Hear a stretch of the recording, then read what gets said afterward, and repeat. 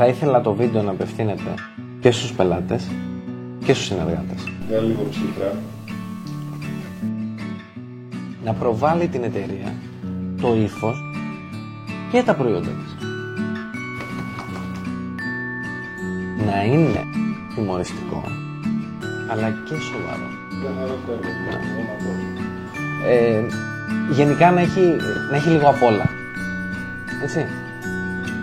Θα το φάτε εδώ ή να σας το κάνω πακέτο? Γεια σας. Εδώ πέρα από το στούντιο της Προφίλ έχουμε την Κατερίνα Τριγώνη που θα μας πει τους τρόπους με τους οποίους θα βοηθήσουμε τους πελάτες να κάνουν μια επαγγελματική προβολή στο ίντερνετ και στα υπόλοιπα μέσα. Κατερίνα, τι κάνεις? Γεια σου, Μάρκο. Ευχαριστώ που με κάλεσες.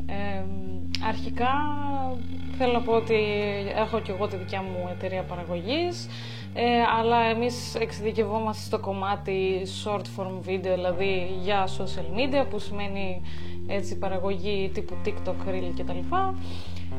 Οπότε εμείς ερχόμαστε και βοηθάμε στην ουσία τον πελάτη να βρούμε αρχικά ποιος είναι ο στόχος, να δούμε ποιες είναι οι ανάγκες και έτσι να προσπαθήσουμε να φτιάξουμε ένα concept, μια ιδέα η οποία μπορεί να βοηθήσει στο αποτέλεσμα που θέλουμε, είτε είναι brand awareness, είτε είναι conversion, δηλαδή πωλήσεις, έτσι ώστε να βγει όσο το δυνατόν πιο εύκολα γίνεται.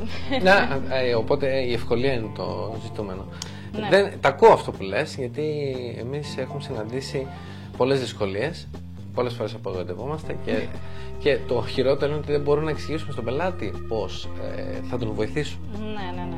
Εκεί πιστεύω ότι έρχεται το κομμάτι του marketing πάρα πολύ, που πρέπει να εξηγήσουμε στον πελάτη για ποιο λόγο πρέπει να γίνει αυτό. Δηλαδή, σε ποιους απευθυνόμαστε, ποια προϊόντα θα διαλέξουμε σε αντιστοιχεία με ποιους απευθυνόμαστε. Είναι άλλο να μιλάς σε ένα νεανικό κοινό και άλλο σε ένα ενήλικα και πόσο μάλλον σε ένα μεγαλύτερης ηλικίας. Οπότε ερχόμαστε και βοηθάμε σε αυτό το κομμάτι, να στοιχίζουμε δηλαδή τα προϊόντα αναλόγως με το target group.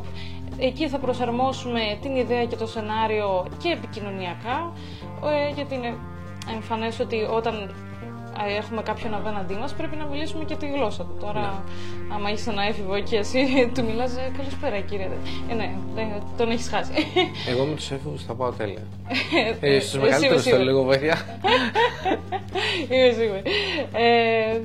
Ναι, οπότε ερχόμαστε και βοηθάμε αυτό, να βρούμε μια έξυπνη και δημιουργική ιδέα που θα προσελκύσει έτσι την προσοχή και το ενδιαφέρον του καταναλωτή ή επαγγελματία, οποιοσδήποτε είναι αυτός που απευθυνόμαστε, και το κάνουμε όσο το δυνατόν πιο εύκολο για την ίδια την εταιρεία, από άποψη πόρων, διαχείριση budget και ναι.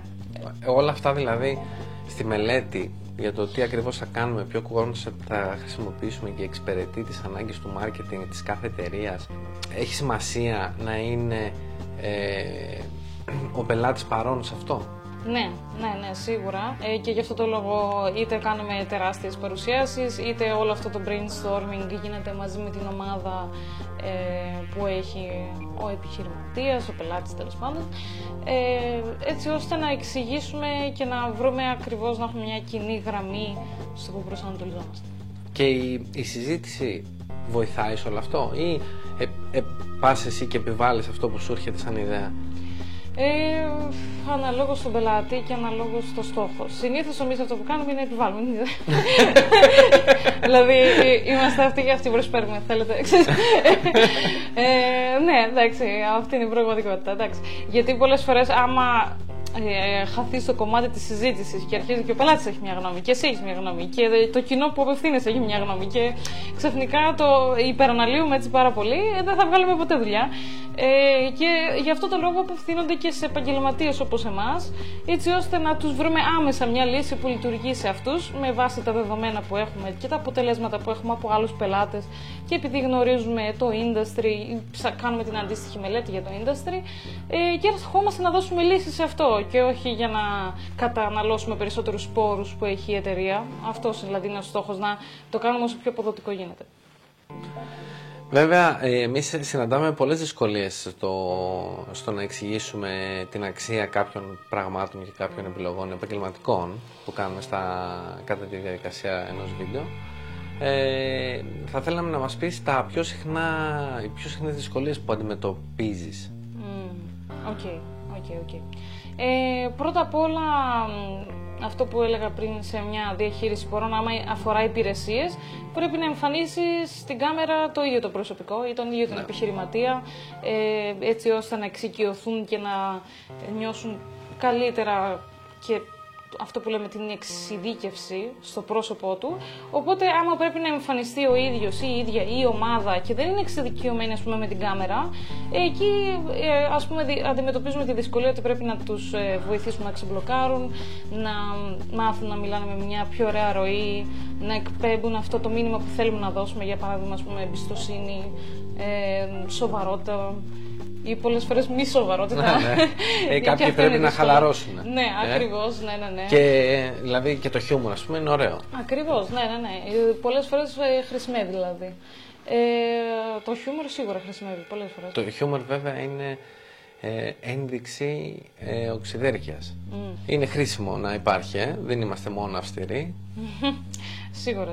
Αναλόγως το στόχο, ναι. Είναι καλύτερα κάποιος που δεν έχει άνεση με το φακό, αλλά γνωρίζει καλά το αντικείμενο, ή είναι καλύτερα κάποιος που δεν γνωρίζει το αντικείμενο, αλλά είναι άνετος με το φακό? Τι είπα τώρα? Κατάλαβα. Το πιο σημαντικό είναι, πιστεύω, πάλι έχει να κάνει στην ουσία αναλόγως με το τι αντικείμενο. Δηλαδή, αυτό που είπα πριν, σαν παράδειγμα, ότι είναι υπηρεσία, μόνο κάποιος που γνωρίζει πολύ καλά το αντικείμενο του μπορεί να το πει έτσι με αυτοπεποίθηση και ξέρει ακριβώς και να το κάνει ελκυστικό. Ναι, ακριβώς. Και μετά έχει και ένα plus, είναι ένα benefit, ας πούμε, ότι στο τέλος εξοικειώνεται με το πρόσωπό του και νιώθει εμπιστοσύνη ως προς το πρόσωπό του και όχι ενός αγνώστου εντός εισαγωγικών που δεν θα ξαναδεί κτλ. Ναι, σε αυτή την περίπτωση ναι. Τώρα, άμα μιλάμε για καταναλωτικά προϊόντα, ας πούμε, ναι, εκεί σίγουρα είναι πολύ καλύτερο να έχουμε κάποιον ηθοποιό που να αντικατοπτρίζει κιόλας και το κοινό που απευθύνεται και να μπορεί να είναι πιο άμεσο το μήνυμα. Δηλαδή, δεν χρειάζεται αναγκαστικά να χρησιμοποιούμε τους πόρους της εταιρείας και το ανθρώπινο δυναμικό της εταιρείας. Για πες μας τώρα, τι άλλο θα ήθελες να προσθέσεις σε αυτό το ωραίο θέμα που ανοίξαμε σήμερα? Πριν με ρώτησες τι άλλο αντιμετωπίζουμε σαν πρόβλημα. Ναι. Κάποιες ιδέες δεν είμαστε εμείς το κοινό που απευθύνεται, όπως είπα πριν. Ναι. Οπότε, ας πούμε, σε μένα μπορεί να φαίνεται cringe, που λέμε κι εμείς στο χωριό μου. Εμείς οι νέοι. Που σημαίνει ότι δεν μας αρέσει εμάς, δεν είναι του γούστου μας, ας πούμε, η συγκεκριμένη διαφήμιση ή το συγκεκριμένο σενάριο. Αλλά πάντα να θυμάστε ότι δεν είστε εσείς το κοινό που απευθύνεται. Και μπορεί το κοινό που απευθύνεται να του αρέσει. Οπότε αυτό νομίζω ότι είναι το πιο σημαντικό που πρέπει να μάθει κάποιος που δουλεύει σε μια εταιρεία, αλλά ακόμα και ένας μαρκετήρ, ότι δεν χρειάζεται να το κρίνεις με βάση τη δική σου ματιά και το δικό σου γούστο. Σκοπός είναι να προσελκύσεις την προσοχή. Το συγκεκριμένο κοινό που στοχεύουμε. Ακριβώς. Ναι. Θέλουμε και άλλες δυσκολίες. Ωραία, θα σας βρω. Λοιπόν, πολλές φορές, αυτό είναι και από τις δύο μεριές βέβαια, οι προσδοκίες είναι τελείως διαφορετικές με τους πόρους που έχουμε. Με άλλα λόγια, budget, χρήματα. Ξανακαταλήγουμε εκεί. Τόσο ως προς τη μεριά του πελάτη, που μπορεί αυτά που ζητάει στην πραγματικότητα να είναι το τριπλάσιο ή το πενταπλάσιο budget και να μην είναι εφικτό, και μετά πώς το λες και πώς θα επικοινωνείς ότι αυτό έχει έξτρα κόστος. Πρέπει να εξηγήσεις τη διαδικασία, πρέπει να πεις ότι αυτό κοστίζει τόσο και να είσαι, ξέρω εγώ, αυστηρός. Είναι λίγο στενές οι γραμμές, αλλά όσο περισσότερο έχουμε την υπομονή να εξηγήσουμε στην ουσία στον πελάτη ότι αυτό χρειάζεται παραπάνω πόρους και παραπάνω χρόνο και η πιθανότητα να πάνε κάποια πράγματα στραβά είναι μεγάλες.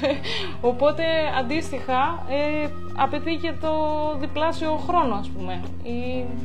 Τέλος πάντων, αυτό πρέπει να δείξουμε και εμείς στη δικιά μας πλευρά και να έχουμε την υπομονή να το εξηγήσουμε. Και μετά αντίστροφα εννοείται, όπως εμείς οι δημιουργοί έχουμε μια ιδέα και θέλουμε, το κάνουμε και λίγο δικό μας. Λέμε, ξέρω εγώ, αφού είναι δικιά μου δουλειά, εγώ θέλω να το κάνω έτσι. Θέλω να έχει τον καλύτερο φακό. Θέλω αυτό το σκηνικό. Και να κάθεται να πειράζει το πλάνο, ξέρω εγώ, μέχρι να είναι τέλειο και να τρώει πάρα πολύ χρόνο και πόρους. Και budget, ναι. Ναι. Και κούραση των υπόλοιπων. Ναι, γιατί ναι. τα βίντεο είναι μια ομαδική δουλειά. Ακριβώς. Πολύ σημαντικό αυτό. Ναι, ακόμα και budget να μην πάρει έξτρα ο άνθρωπος που λέει ο λόγος. Αυτό μπορεί να επιβραδύνει και μετά να κουράσει δηλαδή και τον ίδιο τον πελάτη στην τελική. Οπότε πρέπει να βρούμε και εμείς την ισορροπία μεταξύ του πόσο μπορούμε να γίνουμε ψυχαναγκαστικοί. Πρέπει να υπάρχει λεπτή γραμμή σε αυτό το πράγμα. Ναι, έτσι ώστε να είναι ευτυχισμένες και οι δυο πλευρές. Λοιπόν, θες να σου πω κάτι. Όλα αυτά τα χρόνια που ασχολούμαστε με το βίντεο, νιώθω ρε παιδί μου, λες και προσπαθώ να εκπαιδεύσω τον πελάτη. Τι λες, είναι εφικτό? Ναι, είναι εφικτό, μερικές φορές είναι και απαραίτητο. Δεν είναι το ιδανικό βέβαια. Το ιδανικό είναι να έχει την απόλυτη εμπιστοσύνη ο πελάτης. Αλλά για να φτάσεις στο σημείο που θα έχει την απόλυτη εμπιστοσύνη ο πελάτης είναι να του εξηγήσεις και να του μάθεις και εκείνο το πώς λειτουργεί το βίντεο, το ποιος είναι ο στόχος, στο κομμάτι που λέγαμε με το marketing, ότι αυτό εξυπηρετεί αυτούς και αυτούς τους σκοπούς, και αφού χτιστεί αυτή η εμπιστοσύνη, μετά υπάρχει ελευθερία να κάνεις ό,τι θέλεις. Και αυτό θέλει χρόνο, έτσι. Ναι, σίγουρα. Το χτίσιμο εμπιστοσύνης μεταξύ πελάτη και δημιουργού είναι απαραίτητο, ναι. Είναι μια σχέση που είναι αμφίδρομη. Κατερίνα μου, σε ευχαριστούμε πάρα πολύ που ήσουν εδώ μαζί μας σήμερα, έτσι. Αλλά μην απομακρυνθείς, γιατί σε θέλουμε και στο επόμενο επεισόδιο. Μας αρέσει πάρα πολύ. Θα είμαι εδώ. Θέλουμε όλα αυτά να τα δούμε έτσι πιο πρακτικά. Ωραία. Μαζί σας. Ευχαριστώ. Βάλτε στόχους και δώστε νόημα στα βίντεό σας για να έχουν αποτέλεσμα για τον πελάτη σας. Θα τα πούμε πάλι στο επόμενο επεισόδιο. Μέχρι τότε, προσέξτε τις παραγγελίες σας. Διαμαντή. Για να δω. Εγώ θέλω ένα απ' όλα. Έφτασε! Γεια σου ρε μάστερα. Κάντε like, share, comment, subscribe. Φιλιά.